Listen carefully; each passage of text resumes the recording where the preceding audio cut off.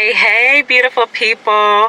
Welcome if it's your first time. Welcome back if you know the drill.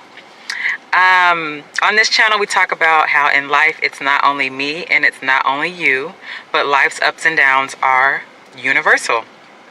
And in the difficult times, we want to grow, we want to find strength, we want to have compassion on ourselves. And in those times that are so joyous and so amazing, we want to be present for those and we want to embrace those moments. So today, I thought it was only fitting, seeing as I've done a workout, talking about building body confidence in one's 30s. I'm in the 30s. I'm in the 30s. Yeah, it's very interesting how and not that anybody, strongly dislikes their body. I'm not saying that you do. Some people do, but I'm not saying that you do. And I'm not saying that I do. You just notice changes. So let's dive into that.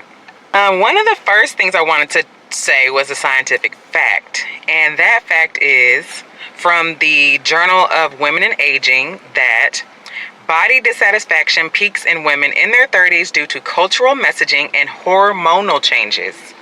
We'll dive into the hormonal changes because those are very real. I do want to give you a common misconception.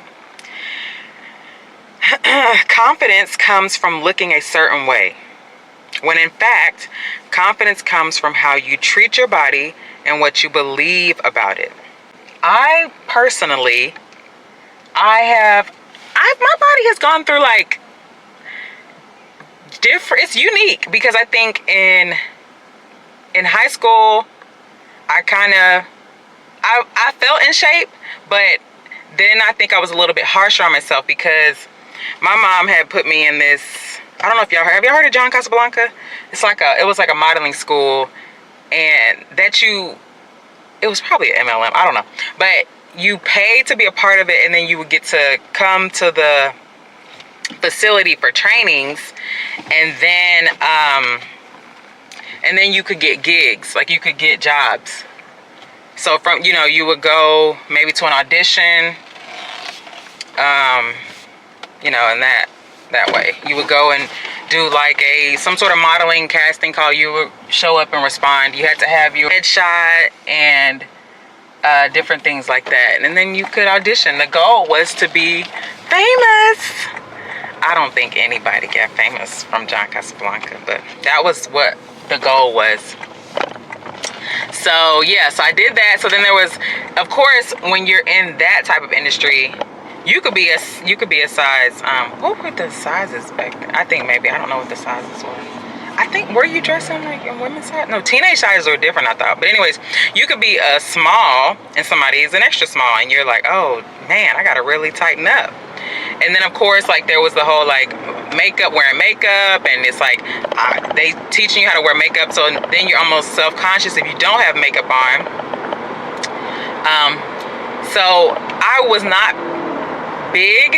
I'll try to find a picture, but I was not big. I just wasn't a toothpick, if that makes sense. So that was kind of like some self-consciousness for me at that age.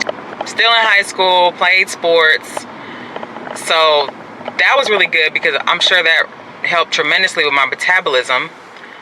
And then going into college, went to the gym, didn't really play sports. But sorry, I was a cop. I had to focus. I didn't play sports in college, but I did go to the gym and work out, try to work out consistently. I did do some serious fitness challenges in college. So there was a point in college where my weight got really, really low. I think I was 120 something. Yeah, I think I had got to 120, but then I've kind of maintained. I would say I was 140 for a good bit early into my adult life, and then it just was climbing. The years of the vid didn't help. I think I was a little more sedentary than I would have liked during that time. So I did pack on some, but I did 75 hard. That was really good. I got into the 140s during that time, so that was really good. And I was kind of able to maintain that for, I want to say 6 months. Yeah, so, and just to give you an idea, I'm 5'5" and a half, 5'6", and yes, I peeked into a new weight class.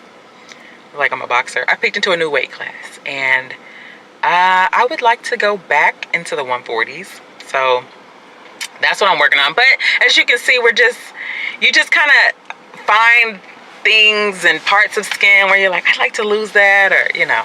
I think we all do it, but just being mindful of how you do it and how you say it to yourself, because that can negatively impact you, and that can shape, you know, how you view yourself, how you talk to yourself.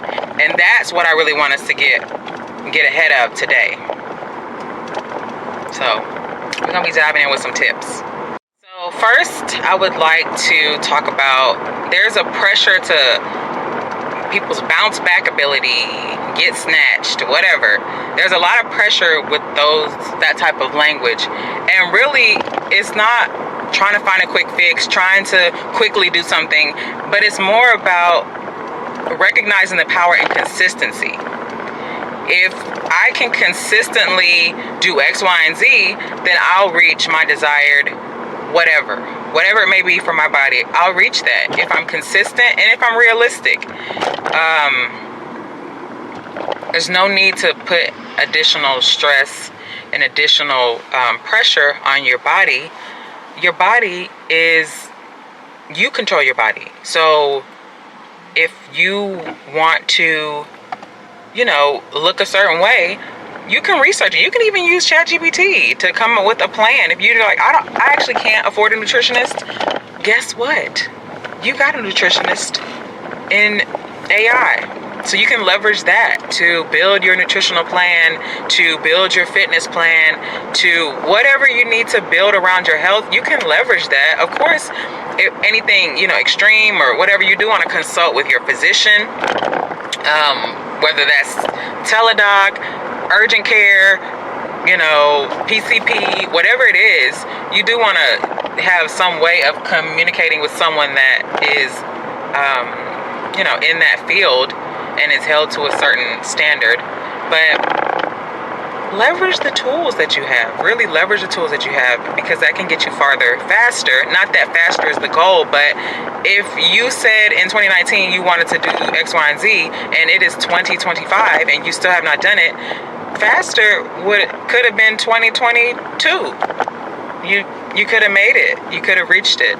So getting started and being consistent and being realistic. But it doesn't have to be fast. Doesn't have to be fast. So we've all heard, I'm sure, about entering into one's soft era, about, you know, just not rushing so much. And you can apply that to your fitness as well. It doesn't have to be a race. Move at your own pace, but be consistent. Whatever your consistency is. If your consistency is every Tuesday I do a 1 hour walk at the park, then every Tuesday you do a 1 hour walk at the park. That's your consistency. Continue to maintain that. And maybe at some point you're going to say, you know what, I want to do 2 walks this week. Maybe I'll continue that. Maybe now my basis is 2 walks a week. And you can grow from there. Maybe you decide that you want to swap out a walk. Oh, I do a walk and I do a strength training day. And then maybe you get to the point where you are doing the 4 days a week of some sort of fitness activity. But it's not that you're overwhelming yourself and you're only being able to do it once. One time. It would have been better if you had done the 1 walk a week for 6 months versus 1 week you did 4 walks and then never walked again. That's not helping you at all. So be realistic, be consistent, and just know it doesn't have to be fast.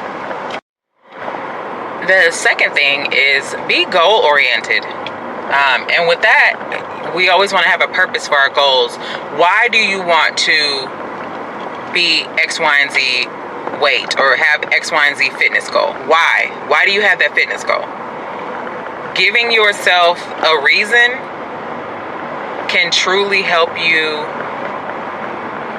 with maintaining the consistency, with striving for whatever it is that you're trying to achieve. Why do you want to do that? Some people have fitness goals because of relationship aspirations. You know, somebody's thinking, okay, well, maybe I do want to be able to be active in a relationship. I want to go, whatever. I want to go here, I want to go there. I want to do hikes and trails with my partner or whatever. So you might improve your fitness for that reason. Some people, let's say you're a parent, right? You want to have energy. You want to be able to move quickly with your kids. Your kids, going into the street, you want to be able to quickly grab them, use some agility. For others, it could be health reasons. Maybe you are on the verge of developing a condition, or you have developed a condition, and fitness can help you reverse that condition or avoid that condition. There are many reasons why we want to improve our fitness, change our bodies, whatever. But the why can really help you with working on achieving that and not beating yourself up or being overly aggressive with fitness goals that, you can be discouraged. You can almost regress. Like, let's say maybe what you do is you end up binging. Maybe you get discouraged and you binge. Also, too, cheat days are something to be strongly monitored because they can set you back. You could be doing very well, and then what you've done is you allotted this indulgence day, and it can undo some of the work that you're doing, that you're putting forth. And that would be really unfortunate. Imagine you working really, really hard, and you go and you have a 2,700 calorie day. You've been doing really well. But the goal is why. Again, why? Why do you want the goal? That's my objective with saying this. Why do you want it? Because that puts it into perspective. It can help you with making decisions that can push you towards your goal and not further away from it. So definitely have a why. Don't let other people's bodies be your why. I shared it in the previous video, and maybe I can put it up there, the link to that video. But you can admire someone and not know what they've done or haven't done. And you are applying pressure to yourself, who you know yourself. You don't know them. You're applying pressure to yourself with the aspiration of looking like someone when you don't even know what that someone did. Also, since we're talking about whys, you don't even know what their why is.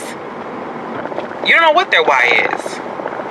Their why could have lit a fire under them, and they were able to persevere and see it through. Their why could be something you would never be motivated by. And you might even feel sorry for them when you find out why they chose to do that. Because they themselves did not have a good perspective on self-worth, self-value. Some people solely do it just for attention. Is that a good enough why for you? Maybe it is. Some people like to walk into a room and people say, oh wow, you're really in shape, and that's their why. Whatever it is, just know your why and try to be consistent, realistic and consistent. And the third thing is do it for you. Do it for you. Look at yourself and find things that you already like. Don't look at yourself and find things that you don't like. Look at yourself and find things that you already like. And you nourish and you support those things. And find ways, use tools like AI, and find ways to identify things that you want to work on and build a plan for those, but do not neglect supporting the parts of you that you really like. Support those parts. You know what? I have a really good whatever. You know, I really like looking into my eyes. I think I have a beautiful jawline. I love my glutes. Wow, my calves are so defined. Whatever parts of your body you like, give attention to those parts. Give love to those parts. Really take the time to appreciate your body. Can you do that? Put in the comments one thing that you love about your body. Please put in the comments one thing that you love about your body, and don't neglect to support that part of your body. So I hope this video was helpful. I hope you got something. Please leave me a comment. Like, subscribe, share, all the things. Look down in the description box for some goodies. And I'll see you in the next video. Bye.